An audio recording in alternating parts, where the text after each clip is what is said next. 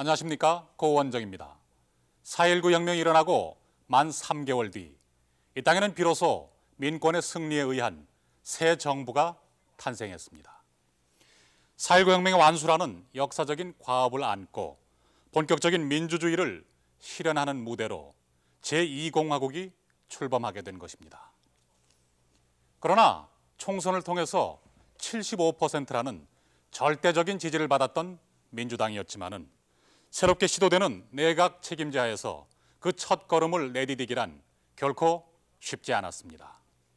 민주당은 54년 이승만 대통령의 중임 제한을 철폐하려는 자유당의 개헌안에 반대하는 것을 계기로 한데 모인 정당으로 이후 자유당 정권에 반대하는 데는 한 목소리를 내왔습니다.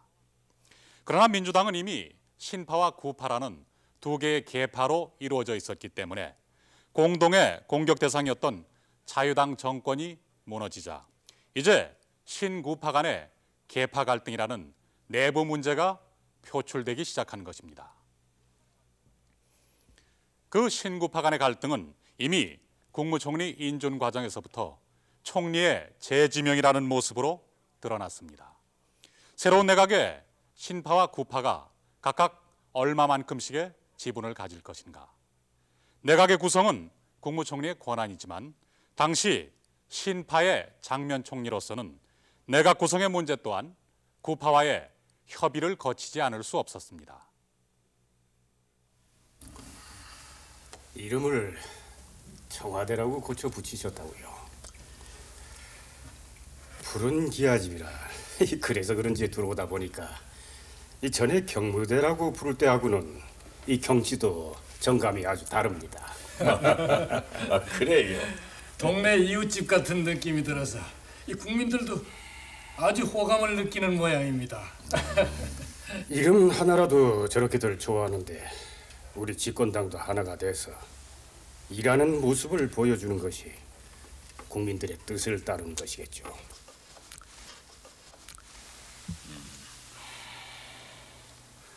이번 내각 인선에 있어서도 안배에 신경을 많이 쓰고 있습니다만 이 교섭하는 구파 인사들마다 한사코 입각을 마다하니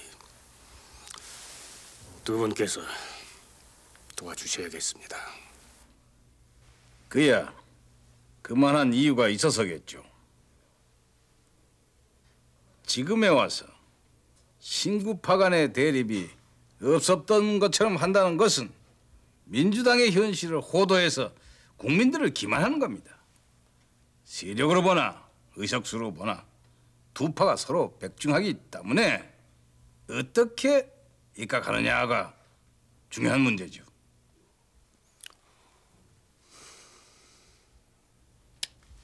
이 몇 석이나 구파에서 생각을 하시오?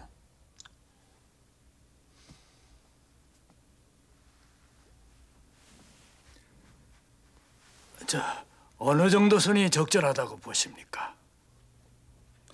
신구파 동수는 돼야겠죠. 그럼 5대 5의 무소속 둘로 원칙을 세우도록 하지요. 이 진산이 알아서 추천을 해보세요. 예.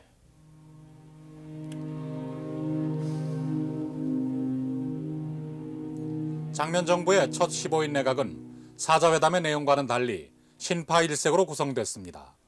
구파에서는 개인적으로 장면을 지지하던 정헌주 교통부 장관 한 사람뿐이었습니다. 이미 구파와 협상을 거친 뒤였지만 신파 중심으로 조각이 된 데엔 나름의 이유가 있었습니다.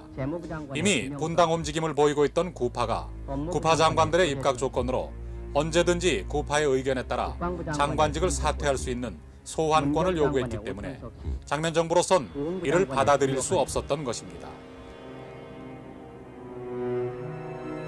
장면 내각의 첫 출범은 박지 못했습니다.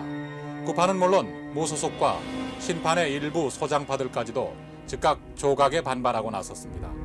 마침내 구파는 민주당 구파 동지회라는 이름으로 별도의 원내 교섭단체를 구성합니다.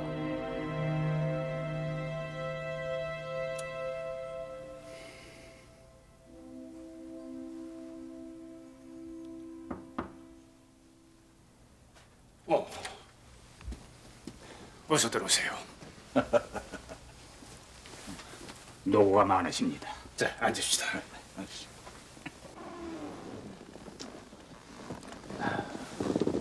개각 논의를 하기 위해서 두 분을 모셨습니다만 이 어려운 시기에 민주당이 양분되면서까지 꼭 보수 양당제를 취해야만 하는지 하소연이라도 하고 싶은 심정입니다. 시기에 대해서는 우리도 의원들 간에 계속 논란이 되고 있습니다. 하지만 내각 책임제 하에서는 양당 제도의 확립이 민주주의 발전에도 필수적인 것이라고 생각됩니다. 전국에 불안해도요. 그러니까 서로 노력을 해서 안정을 취해야죠. 어찌됐든 신구파 연립내각을 결단하셨다는데 최선의 길을 택하신 듯 싶습니다. 우리 구파의 입각자 명단입니다.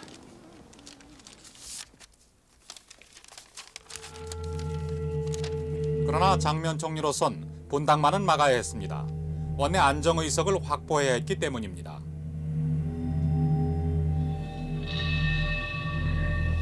내각이 구성된 지 불과 20일 만에 첫 개각이 이루어졌습니다. 전국의 안정을 위해 장면 총리는 새로이 구파 의원 4명을 입각시켰습니다. 그러나 구파에서는 알맹이 없는 형식적인 인사라고 못마땅해 했고 결국 개각을 통한 전국 안정은 불가능해집니다. 마침내 구파는 신당 창당을 정식 결의하면서 분당을 기정사실화하고 있었습니다. 일개 정당이 국회 내에서 3분의 2 이상의 의석을 차지하면 일당 독재로 가기 쉽기 때문에 견제를 위한 건전한 야당 또한 필요하다는 것이 분당 선언의 표면적인 이유였습니다. 일부 의원들의 반대로 신당 창당은 지연됐지만 전국은 여전히 불안할 수밖에 없었습니다.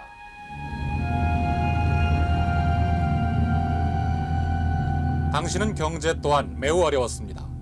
파국에 달한 자유당 정권으로부터 물려받은 유산으로 1인당 국민소득은 $60에 불과했고 경제 성장률은 2%로 인구 증가율에도 미치지 못하고 있었습니다.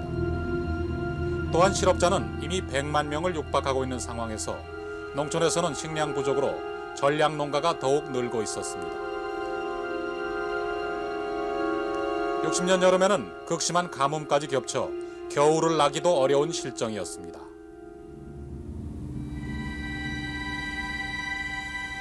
어떻게 겨울을 나느냐, 또 봄의 춘궁기를 어떻게 면하게 할 수 있느냐, 매우 고심을 했죠. 그때 아마 경제제일주의란 낱말이 처음으로 쓰여진 것이 그해 8월 달에 예산이 국회에 제출되는데 예산국장이니까 기억을 정확하게 합니다마는 당시에 문민 대통령으로 계시던 윤보선 대통령의 국회에 대한 예산교서에 최초로 경제제일주의를 해야 되겠다는 낱말이 들어갈 그럴 정도로 경제에 대한 관심은 대단히 높으면서도 경제 실황은 상황은 대단히 어려운 그런 때입니다. 그래서 민주당 정부로서 그때 내세운 것이 어떻게 하든지 이 겨울을 내고 그 다음 해부터 5개년 계획을 실천해야 되겠다. 이 경제개발 계획은 향후 지속적으로 추진할 수 있도록 산업구조 확립 측면에서 장기 계획으로 입안을 하고 있습니다. 미국 측의 원조 확인 문제도 있고 해서 초기 시행 연도는 62년 이후로 잡고 있습니다. 장기 계획일수록 시작을 잘해야 됩니다. 멀리 내다보면서 더 꼼꼼하게 짚어나가야죠. 예. 그리고 국민들이 피부로 느낄 수 있는 경제정책도 병행을 해야지요. 예. 원조 식량으로 임금을 지급함으로써 실업자도 구제할 수 있는 국토건설 사업 행정 플랜이 거의 마무리 단계에 있습니다. 완성되는 대로 민간까지 참여시켜서 곧 실행에 들어갈 예정입니다. 경제팀에서 수고가 많습니다. 우리에게 가장 큰 짐이 되었던 것이 대량의 실업자였습니다. 제조업도 발전되지 않았고 그 대량의 실업자들, 특히 위험한 것이 당시 각 대학의 고등교육을 받은 사람들이 또 직장이 없었고, 이래서 이 대량 실업을 어떻게 대책을 강구하느냐. 그 다음에 또 이 식량 부족을 어떻게 하냐. 그래서 생각하는 것이 미국의 원조 식량을 기본으로 해서 우리가 9일에 얘기하는 그 국토 건설 사업을 추진하면서 경제 개발 계획의 한 부분, 그러니까 노동 집약적인 부분은 근로 담당을 하게 하고. 경제난을 근본적으로 해결하기 위해서는 장기 계획이 필요했습니다. 장면 정부는 자유당 정권 하에서 묵혀두었던 경제개발 3개년안을 꺼내 새로이 5개년 계획으로 다듬고 구체적인 실행안을 마련했습니다. 그리고 그 기초 사업으로 국토건설 사업을 추진합니다. 총 소요 예산이 430억 환에 이르는 대규모 사업에 재원의 많은 부분이 미 식량 원조로부터 마련됐습니다.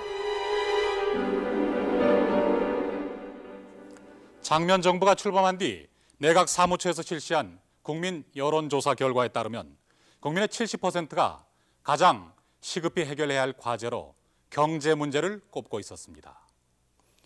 부패한 자유당 정권의 실정으로 인해서 당시 국민들은 가난과 실업에 허덕이고 있었습니다. 따라서 장면 정부가 서두른 것은 국민들의 먹고 사는 일을 해결하는 문제였습니다. 그러나 장면 정부의 눈앞에는 경제 문제에 못지않은 또 다른 중대 문제가 놓여 있었습니다. 바로 4.19 혁명 정신을 계승해야 하는 일이었습니다. 자유당 정권이 남긴 부패를 일소하고 참다운 민주주의를 실현하는 것이 바로 그것이었습니다. 당시 국민들의 관심은 제2공화국이 과연 얼마나 4.19 혁명 정신을 지키는가 하는데 모아져 있었습니다. 따라서 10월 8일에 열린 4.19 발포 책임자 등에 대한 첫 공판은 장면 정권의 혁명 정신 계승 의지를 가늠하는 중요한 척도일 수밖에 없었습니다.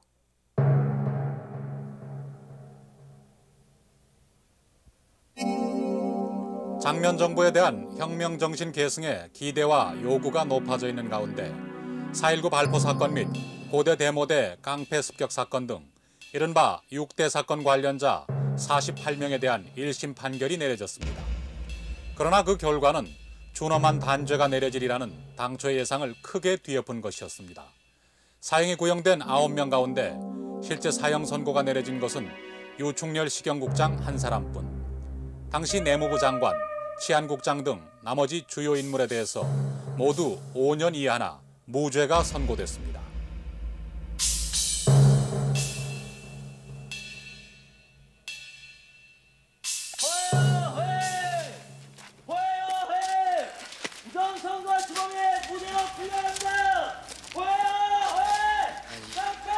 이걸 재판이라고?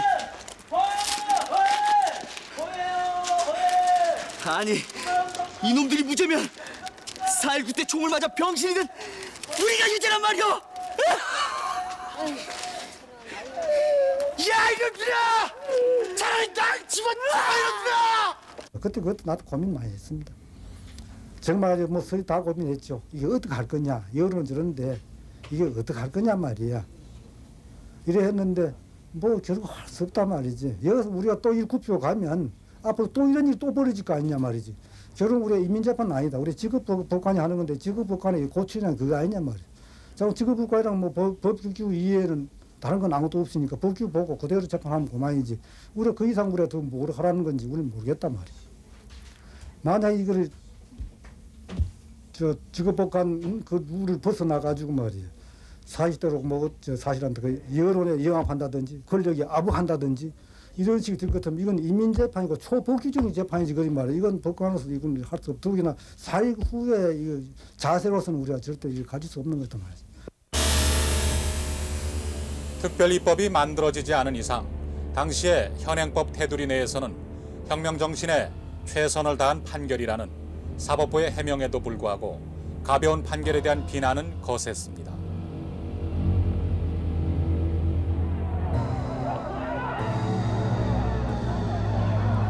언론에서는 제2공화국에 대한 사형 선고라는 혹평까지 내리기에 이르렀고 마침내 4.19 희생자 유가족들과 부상자들은 특별법 제정을 촉구하는 시위를 벌입니다.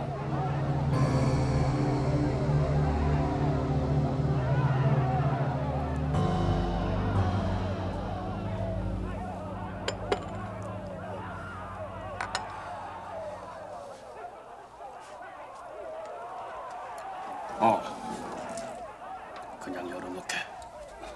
예.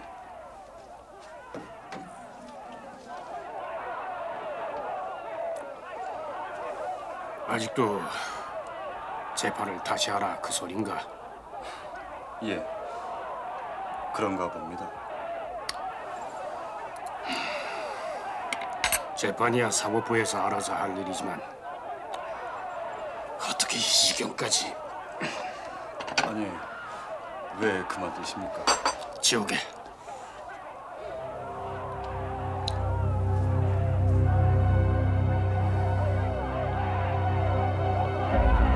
(4.19) 부상자 및 유가족들의 감정은 흥분을 넘어서 심한 노기를 띠고 있었습니다. 이들 40여 명은 급기야 국회 본회의장에 뛰어들었습니다. 의정사상 처음 보는 광경 앞에 국회의원들은 아연했고 데모대는 단상을 점고 국회 해산을 요구하기에 이르렀습니다.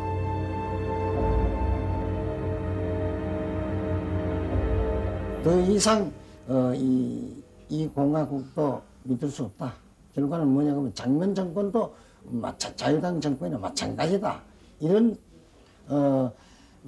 정부는 없어져야 된다. 그렇기 때문에 국회의원 이 의회를 해산시키는 것이 원칙 아니냐 해가지고 저희들이 국회로 들어갔습니다. 이날 곽상훈 국회의장은 데모대 앞에서 특별법을 제정하지 않은 것에 대해 공개 사과하고 빠른 시일 내에 관련자 처벌을 위한 특별법 제정을 약속했습니다.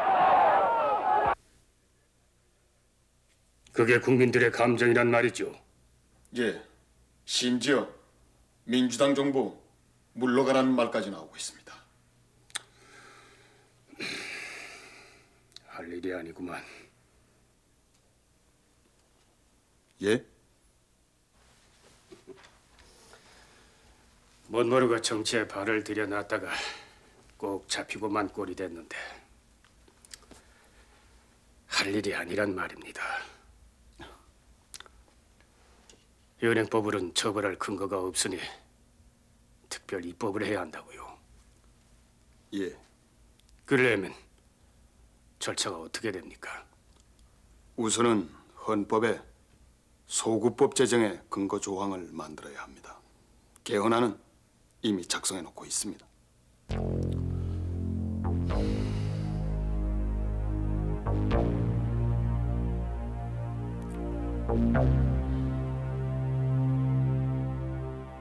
여론은 한결같이 부정선거 관련자의 중형 처벌을 위한 특별법 제정을 역설하고 있었습니다.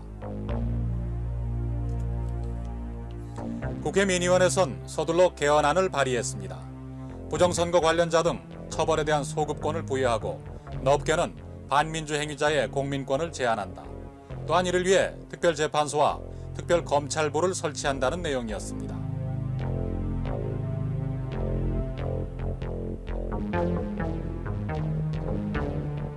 개헌안은 어렵지 않게 통과됐고 61년 1월 특별재판소는 본격 활동에 들어갔습니다.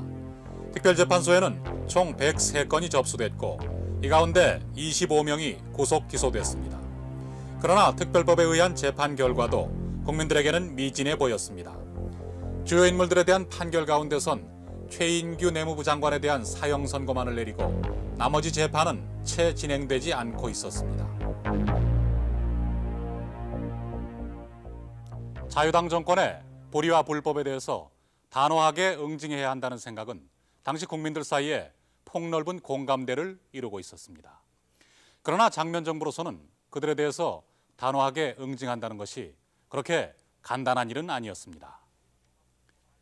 3.15 부정선거 및 발포 책임자를 더욱 엄하게 처벌할 특별법을 만들기 위해서는 소급 입법이 금지되어 있는 헌법을 고쳐야만 했고 그것은 죄형 법정주의와 형벌 불소급의 원칙 같은 민주주의의 기본 원칙에 어긋나는 것이었기 때문입니다. 부정선거 관련자 처벌에 대한 국민 여론과 민주주의의 기본 원칙 사이에서 장면 정부는 참으로 어려운 선택을 해야만 했던 것입니다. 결국 민주주의의 원칙을 지키기에 앞서 국민 여론의 귀를 기울이기는 했지만 특별입법을 만들기까지의 일련의 과정은 국민들로부터 장면 정부의 혁명 정신 계승 의지를 의심받도록 만들었습니다. 이러한 상황 속에서 비판 세력은 점점 커져가고 있었고 장면 정부가 넘어야 할 벽은 높아만 갔습니다. 민주주의 국가로서 마땅히 해결해야만 할 굵직한 과제들 또한 무수히 쌓여 있었습니다.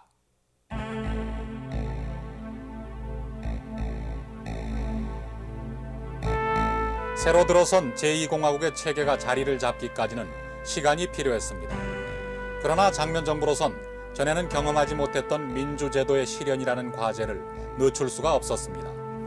60년 12월에는 서울시 및 각 도의회 의원 선거를 필두로 각 읍면장까지를 직접 선거로 뽑는 무려 4차례의 지자체 선거를 치러내기도 했습니다.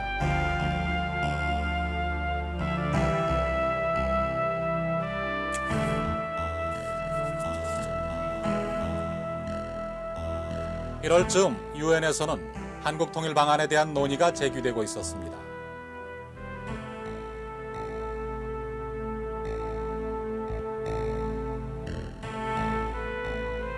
이에 학생들과 혁신 세력에서도 전에 없던 통일에 대한 논의가 싹트기 시작합니다.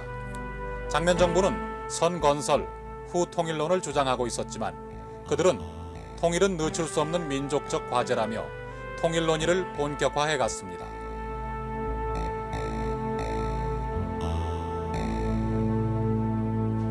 과거에는 통일 문제에 대해서도 너무 좀 경색된 사고방식을 가지고 있기 때문에 4.19 이후에 우리 사회가 자유스러워지고 외국에서도 미국의 그 유엔 대표가 심지어는 오지리식인 그런 남북한 통일이 생각해봄직하다는 이런 발언도 했고 여러 가지 그 통일에 대한 평화적인 통일 방안에 대한 논의가 분분했고 또 우리 사회가 너무 그 자주성이 결여되어 있다. 우리 경제가 너무 대외 의존적이다. 이런 데는 어떤 자각도 그래서 우리의 민족 주체성도 높여야 되겠고 그런 과정에서 남북 간에 뭔가 교류나 이해가 뭔가 정진되어야만 그 토대 위에서 남북 통일을 우리가 앞당길 수 있지 않겠느냐. 이런 그 뜻에서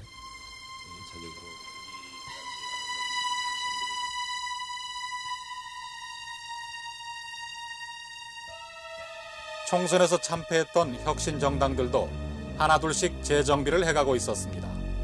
사회대중당에 이어 혁신당, 통일사회당이 차례로 창당됐고 마침내 이들과 학생, 사회단체가 연합한 통일운동 조직이 결성되기에 이릅니다. 정당 사회단체만 하더라도 학생들도 그랬어요. 이젠 통일운동 방향에 서지 않아가지고서는 정당 활동도 할 수 없고 사회단체 운동도 할 수 없다는 것이 그 당시에 그거 아주 결론적으로 나오는 뭐라 그래 명제라 그럴까요? 그렇게 돼 있었습니다. 대중들은 거기에 아직 의식이 부족했어요. 부족을 했는데 저희들이 내걸므로써 상당히 그 통일 방향에 대한 그 기운이 고조됐어요. 아, 통일은 진짜 해야 되겠다. 그런 방안이 뭐야 하는 데 대해서 이제 대중들 일반적인 의식이 부족했었는데 우선 그 방향에서 지지한 것은 지식층들이죠. 대중은 별로 호응이 없었고 대중들은 통일운동 하니까 깜짝 놀라가지고 이거 무슨 연공하는 사람들이 나와서 하는 거냐 그런 의구심을 사실 가지고 있었죠. 그러니까 저희들은 그걸 깨뜨리기 위해서 시작한 거니까.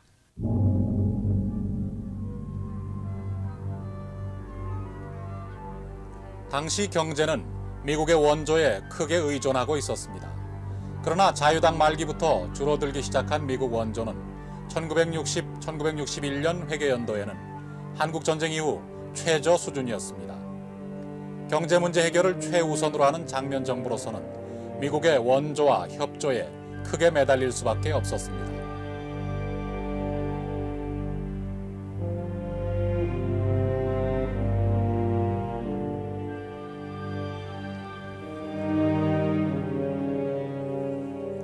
이러한 상황에서 발표된 한미경제협정은 학생과 혁신 세력을 크게 자극했습니다. 야당에서조차 원조에 의한 사업의 범위와 활동을 미 정부가 감독한다는 내용은 명백한 주권 침해라며 적극 반대하고 나섰습니다.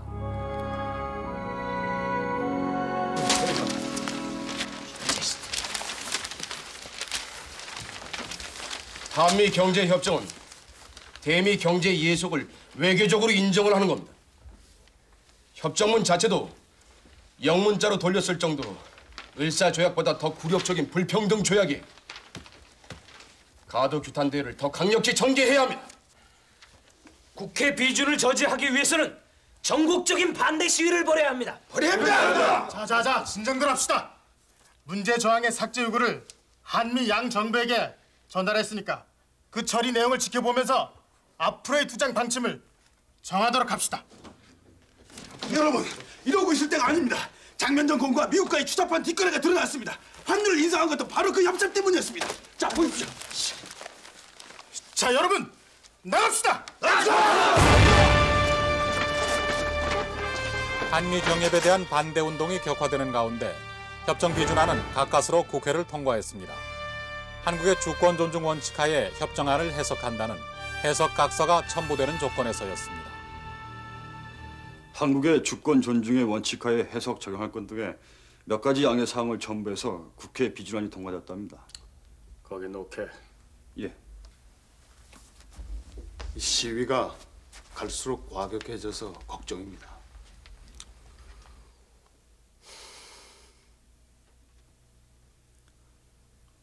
선의의 통치력은 필요하다는 사람들도 많습니다. 계엄령을 펴라는 사람이 있지를 않나. 조 장관은 또 날더러 독재를 하라고. 아, 그런 뜻이 아니고 이 자유당 때의 국가보안법을 완화 개정하는 바람에 현재로선 서울 복판에서 김일성 만세를 불러도 적용할 법 규정이 미비한 상태입니다. 그렇다고 다시 국가보안법을 강화할 수도 없지 않소. 다른 법을 내놓으면 되지 않겠습니까?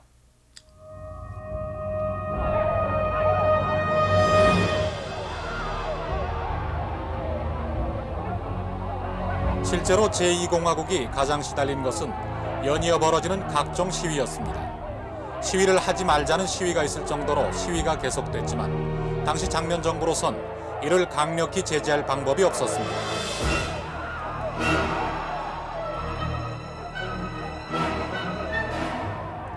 또한 이러한 분위기 속에 보다 커져가는 혁신 세력도 위협이 되고 있었습니다. 이에 장면 정부는 새로이 2개의 법안을 내놓게 됩니다. 데모규제법과 함께 혁신운동 세력의 활동을 규제하기 위한 반공법이었습니다. 그러나 이 또한 거센 반대에 부딪혀 데모규제법은 철회되고 반공법만이 국가보안법 강화로 후퇴하는 데 그치고 맙니다. 국가보안법이라는 게 있었는데 이것은 너무 지나치게 강한 법이에요. 그래서 이것을 개정하겠다고 하는 것이 민주당의 약속입니다. 공약입니다. 그래가지고 4.19 후에 이것을 민주당이 개정해서 반공법을 만들었는데 만들다 보니까 너무 또 이건 지나치게 약한 법이에요. 그래가지고 도초에서 공산당이 날뛰는가 하면은 심지어 경상남도 어딘가에서는 김일성 장군 만세를 불러도 이것을 처벌할 법적 그 근거가 없다. 이런 사태까지 났습니다.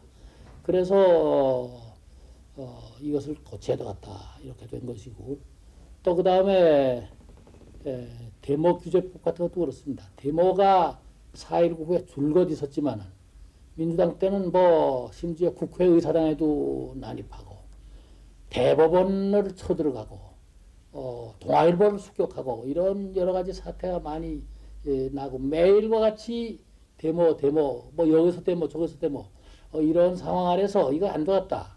그래가지고 이 두 법안을 고쳐야 되겠다고 하는 생각으로 입법한 것이 그 이듬해 아마 3월 달이었을 겁니다. 3월 달에 그것을 부법안을 개정한다고 했는데 혁신계에서 너무 참 격렬하게 반대했어. 그래서 그때 서울시청 앞에 가득 사람이 모여가지고 해화동 장청리 집을 포위하고 모두 그랬습니다. 한미 경협을 둘러싸고 반대 시위가 거세지는 가운데 민주당 구파는 신민당이라는 이름으로 신당을 창당합니다. 이미 예정된 분당이었지만 이 시기의 분당은 오히려 긍정적인 모습으로 비춰지기도 했습니다. 장면 총리는 신민당의 창당대회에 참석해 격려 연설을 하기도 했습니다. 이미 구파의 도움으로 민주당의 원내 안정의석이 확보된 뒤였고 잘만 한다면 탄탄한 보수 양당제를 확립할 수 있는 일이었기 때문입니다. 그때만 하더라도 이제 좌익 세력이 말이요, 참 많이 등장을 해가지고 당을 만들고 그럴 거란 말이에요. 그러면 그때 구파에 있는 분들이나 내가 생각하는 것이나 또 그때 당시에 유진산 선생이 생각하는 것을 본다고 할 때 그분은 우선 그 민주당이 집권을 하면서 여야로 갈려서 바르게 그 정책을 세우는 것은 그 정부를 도와주고 바르게 도와주고 잘못하는 것은 냉혹하게 비판을 해서 그분들이 시정을 할 수 있도록 이렇게 만들기 위한 그러한 그 의미에서 그 여야로 정당을 만들었다. 난 이렇게 생각을 해요. 그때 그 참 부파인 윤보선 그 대통령 그리고 참 신민당의 간사장인 유진산 씨 그리고 이제 그 신파로서의 장면 씨와 박상훈 그 저 국회의장 원의장 저 네 분이 이 사자회담을 요구를 해가지고 사자회담에서 이 난국을 수습하기 위해서 모든 권한을 이제 그 장면 언씨에게다가 일임한다고 하는 그러한 그 결의까지 했다고 하는 사실을 생각한다고 할 때 그래도 그 일시적인 그 혼란을 막아서 질서를 바로잡기 위한 노력을 했다고 하는 것이 그대로 나타나고 있지 않느냐 나는 이렇게 생각합니다.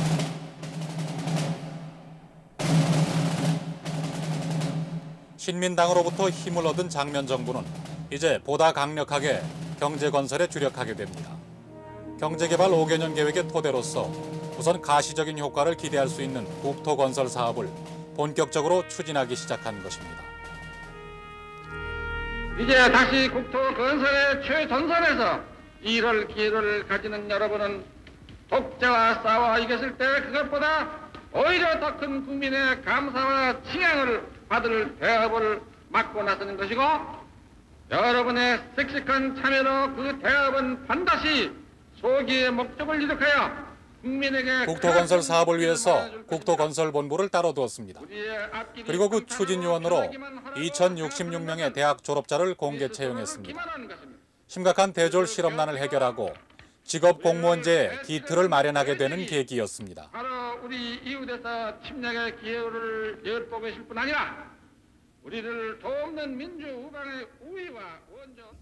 그 당시에 그 객관식 시험을 이제 봤습니다만은 이와 같은 시험을 보게 된 것은 이 자유당 시절에 이력서로 공무원을 이제 채용하던 것을 탈피를 해가지고 아시다시피 4.19 혁명에 의해서 탄생된 그 민주당 정부가 세대 교체를 해야 되겠다 하는 이런 신 정부의 그 교체 계획을 가지고 당초에는 3,000명을 선발할 예정으로 시험을 봤습니다만은 평균 점수 60점 이상이 2,066명밖에 안 되기 때문에 2,066명이 이제 시작을 했던 겁니다.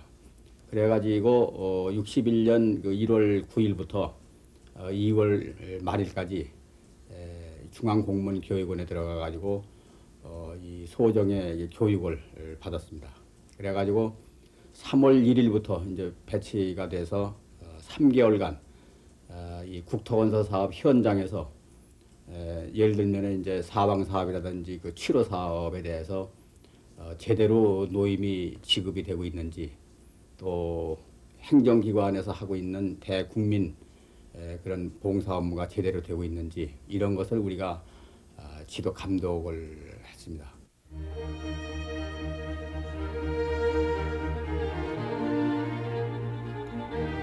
국토건설 사업에는 민, 반이 함께 참여했습니다. 장준하 사상계 사장, 이만갑 교수 등 민간인이 각각 본부의 기획부장, 연구조사부장 등을 맡았습니다.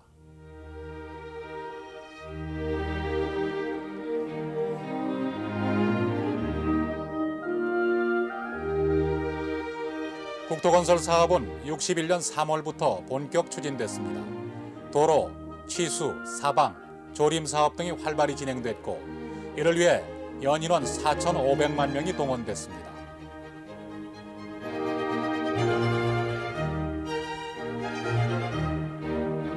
전략농민들과 도시 실업자들에게 일감과 노임을 제공하고 사회건설 의욕과 자신감을 불러일으키자는 것이 국토건설 사업의 또 하나의 목적이었습니다.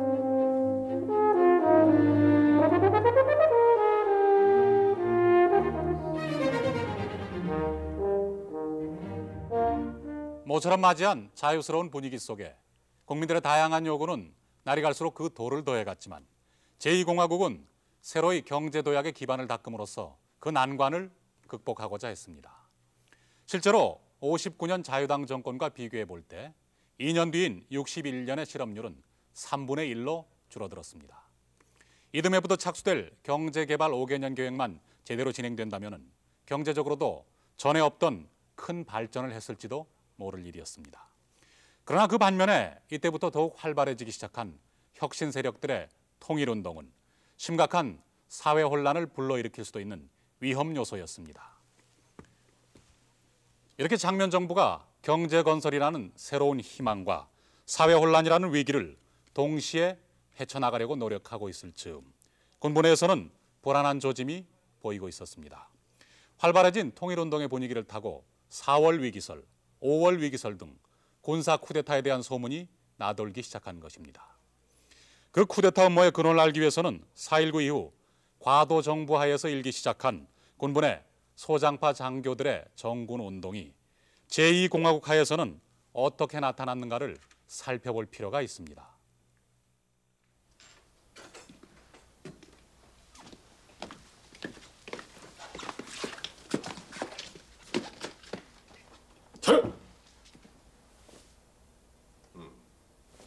중령 김동복 외 5명 가깝게 감히 진언을 드리고자 찾아왔습니다.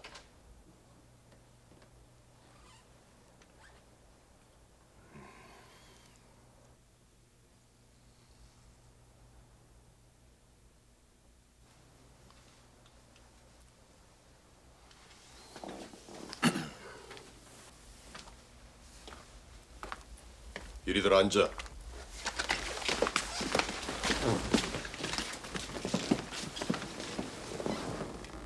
각하, 저희들의 정군운동을 들으셨을지도 모르겠습니다. 아직까지 변하지 않고 있는 것은 우리 군대뿐입니다. 정권이 바뀌었어도 부패무능한 장성들은 그대로 군복을 입고 자리를 지키고 있습니다. 하하, 이 사람들이 군의 후배로서 충정을 가지고 드리는 말씀입니다. 문책을 하신다면 달게 받겠습니다.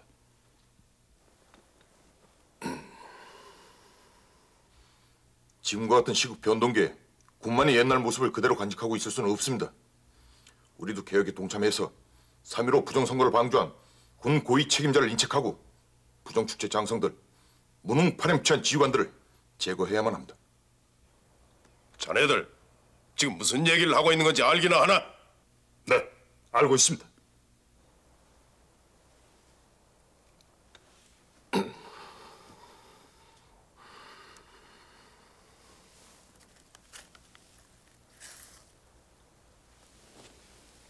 자, 한 대씩 피워.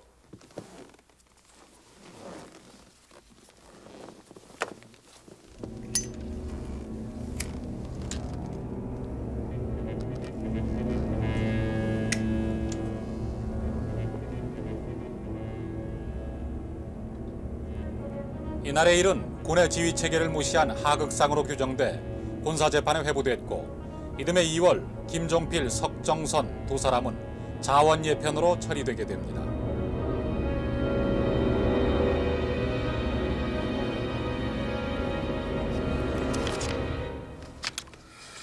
이들이 다 쿠데타 음모를 꾸미고 있단 말이오.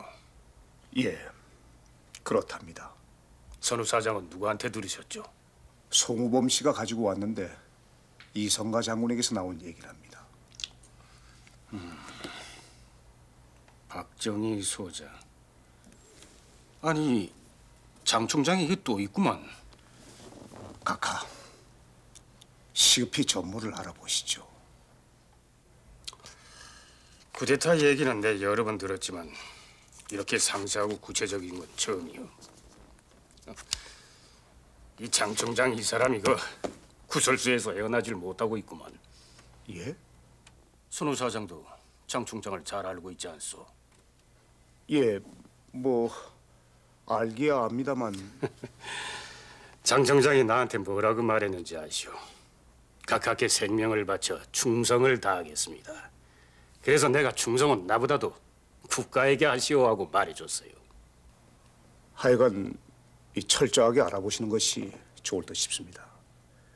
그리고 이번 기회에 서울에 주둔하는 사단만이라도 각하와 생명을 함께 할 수 있는 그런 사람을 골라서 맡기십시오. 고맙습니다. 각하, 억울합니다. 여기 박정희 소장이나 대부분이 다 제 사람들이 맞습니다. 하지만 이건 반대파에서 저를 모함하기 위해서 음해를 하는 겁니다. 정말 억울합니다. 저는 각하를 위해서 목숨을 바치기로 한 몸이 아닙니까?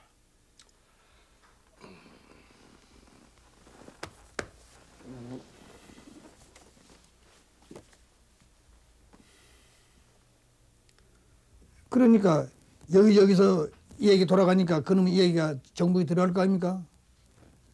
그럼 거기 검찰, 국방장관 모두 신경이 곤두서지. 그러니까 우리는 또 한쪽에서 그걸 기도를 감추기 위해서 또 역정보를 넣어야 할 거 아니에요. 그러니까 예를 들어서 내무차관이 김영구라는 사람이 그 동대 나온 사람인데 또 내 친구가 우리 형님 같이 의논하던 친구 또 동대 출신이 그 사람 동창이 하나 있거든. 거기다가 그 사람은 급하면 우리한테 의논하거든. 바로 공양이한테 생선가게를 맡기는 식으로 그 자꾸 이렇게 돌아가는데 어떠냐. 우리는 그게 다 낭설이다. 그런 일이 없다. 그럼 저쪽 안심식이지. 저쪽 안심식 있다는 우리가 사전에 벌써 일찍 검거도 했을게요.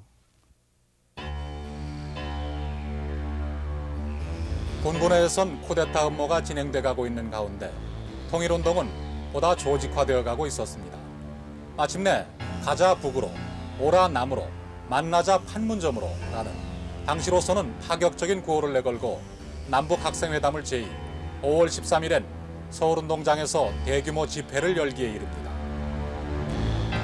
어디까지나 순수한 학생들 간의 어떤 그 만남이고 교류라고 생각했지 그것을 통해서 무슨 정치 협상을 한다는 것은 생각도 안 했고 또 사실상 그 남북한 학생회담이 정부의 어떤 적극적인 협력 없이 이루어질 수도 없었기 때문에 그 당시 상황에서 우리가 그것이 실현된다고는 생각지 않았습니다. 그런데 그것이 던진 파문이 상당히 컸던 것만은 사실이고 또 저 자신은 직접 들어보지는 못했습니다만 우리가 그 남북한 학생회담을 제의한 직후에 북한 방송이 그 당시 제가 그 조직을 대표하고 있었기 때문에 저에게 뭐 이름을 거명한 건 아닙니다만 저 직함에게 우리의 제의를 적극 환영한다. 또 장소는 뭐 우리가 제시하는 대로 하겠다. 뭐 등등의 우리의 제의를 환영하는 북한의 대남 방송이 있었다고 그럽니다. 국방장관 3번 갈라, 참모총장 3번 갈라. 그다음 또 거기서 무슨 뭐 별의별 게 다 터집니다. 그다음에 협상회가 나오는 거예요. 그래서 간접 침략이라는 말 나오죠. 간접 침략. 그게 그 말입니다, 바로. 요새 우리가 간접 침략이라는 말을 하술용으로서 적당하냐 안 하냐 이건 둘째 쳐놓고 그 당시 상황을 설명하는 가장 적절한 이야기요. 그러니까 그 차츰 익어가니까 이게 안 되겠다 하는 결론이 나와요. 신정부가 장면정부에 들어서 하는 꼴이 일하다가는 이 완전히 적화되겠다. 그래서 거기서 일부에서 이거든 안 되겠다. 근본적으로 혁명하지는 안 되겠다. 그 5.16 그 싹이 드는 겁니다.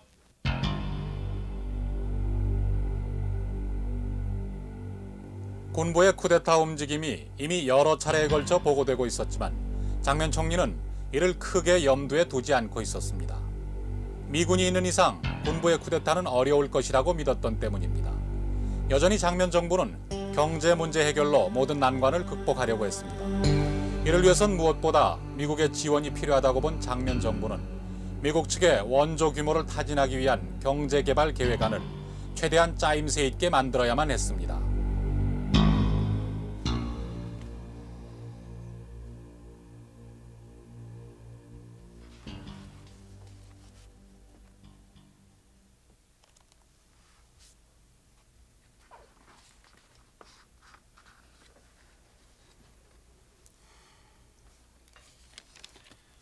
Why do you want to develop the Indian Economic Development Plan? Under this plan, all industries are included. But for underdeveloped countries, like Korea, it is impossible to bring all industries to the same level. 설명을 좀 해주시죠. There are two models of economic development. One is the theory of unbalanced development. This is to develop the productive part first, and then let its effects develop the remaining parts. 당시에 그 콜롬비아 대학에 넋시 교수가 있었는데 그 넋시 교수의 이론이 전면적으로 균형을 맞춰가면서 발전을 해야 된다. 근데 오토 허시먼이라고 해가지고 경제학계가 뭐라고 하는 거니 어떻게 가난한 나라가 모든 면에서 동시에 균형하게 발전시킬 수 있겠느냐.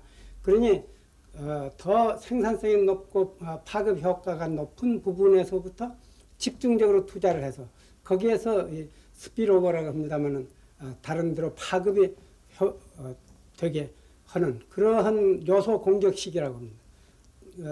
이런 몇 가지 이론이 있는데 여기에 대해서 우리가 사실은 몰랐습니다. Hey, my friend, Dr. Wolf. I appreciate your efforts in making the plan. Absolutely. Our Korean compatriots are truly great. Korea will succeed. Let's toast to the future of Korea. 건배.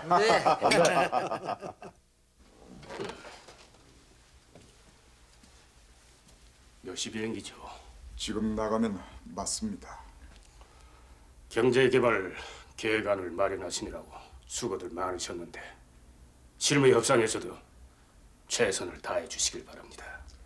알겠습니다. 잘 다녀오세요. 잘 다녀오세요. 이미 예정된 장면 총리와 케네디 대통령과의 한미 정상회담을 앞두고 출발한 이들 실무팀의 과제는 안정된 원조 확보였습니다. 그만 들어가십시오.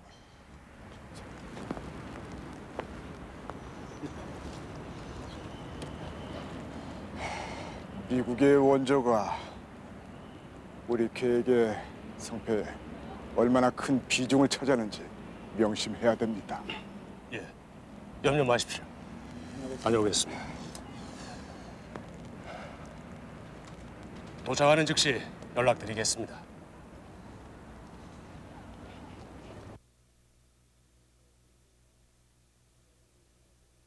그때 이제 이 국무성에서 원조 자금을 담당하는 사람들과의 실무자 회담에 있어서 저희가 제1차 5개년 계획에 소요되는 재원 또 어떤 방향을 결정하고 그것이 이제 정상회담에 우리 한국 측의 요구 조건, 요구 사항으로 들어간다. 그걸 아는데도 불구하고 우리가 가령 1억 불로 가령 했을 때 저 사람들은 그게 아니라 1억 5천만 불까지도 주겠다. 그래서 우리 서해 참 아주 참 희망에 찬 아주 그런 격려를 받았습니다.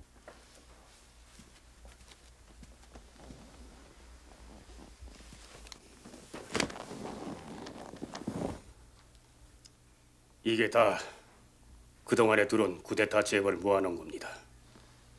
군 내부에서 반대파를 모함하는 거라고 생각을 했었는데 아무래도 서로 일치하는 내용들이 많아요. 이 총장이 즉시 조사를 해보세요. 알겠습니다. 그게 도대체 어떻게 된 거야 이 사람아? 형님, 며칠만 여유를 주십시오. 제가 군 방첩대를 시켜서 철저히 조사해서 처리하겠습니다. 자네가 관련된 게 사실이구만.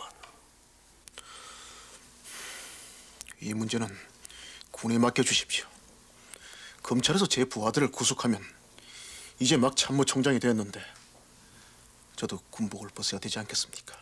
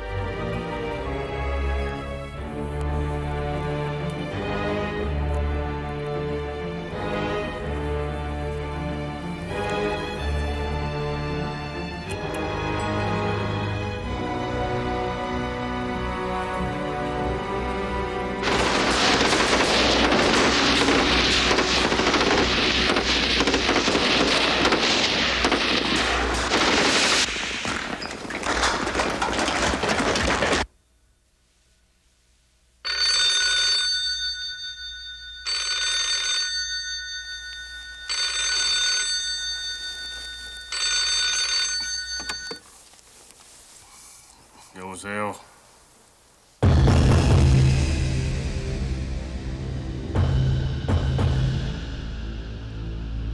(5.16) 군사 쿠데타가 일어난 지 이틀 만인 5월 18일 장면 총리는 마지막 국무회의 석상에서 5.16 군사 쿠데타를 공식 추인했습니다. 4.19 이후 자신들의 정치적 역량과 중요성을 자각한 군이 큰 정치 세력의 하나로 등장한 것이 현실이었지만 장면 정부는 그 군을 소홀히 다룸으로써 4.19 혁명 완수라는 과업을 안고 출범한 제2공화국은 겨우 9개월이라는 가장 짧은 공화국의 기록을 남긴 채 결국 그 막을 내리고 만 것입니다. 제2공화국이 가장 단명할 수밖에 없었던 이유는 여러 가지일 것입니다. 4.19 이후 다양하게 분출되었던 요구에 대응하기에는 너무 허약한 내각 책임제하의 행정부, 장면 총리의 통솔력 부족, 정치인들의 파벌성, 그리고 아직은 당시 한국 사회가 민주적 정부 체계를 갖출 준비가 되어 있지 않았다는 것 등이 그 이유들입니다. 결국 4.19는 미완의 혁명으로 남게 됐습니다. 그리고 그 후로도 오랫동안 4.19는 제대로 평가받지 못했고 그 값진 희생들 또한 역사의 뒤안길에 묻혀버리고 말았습니다. 미완의 혁명으로 남아있던 4.19. 어쩌면 우리는 이제야 그때 4.19 영령들이 이루고자 했던 일들을 하나씩 매듭 지음으로써 4.19의 이름에서 미완이라는 수식어를 떼낼 수 있는 그 첫걸음을 내디딘 것인지도 모르겠습니다. 34도를 맞아서 더욱 새롭게 가슴속에 와닿는 4.19. 지금도 변함없이 4.19 묘역을 지키고 있을 그 비문을 되새기면서 다큐멘터리 극장 4.19 특집 기획 4부작을 모두 마치겠습니다.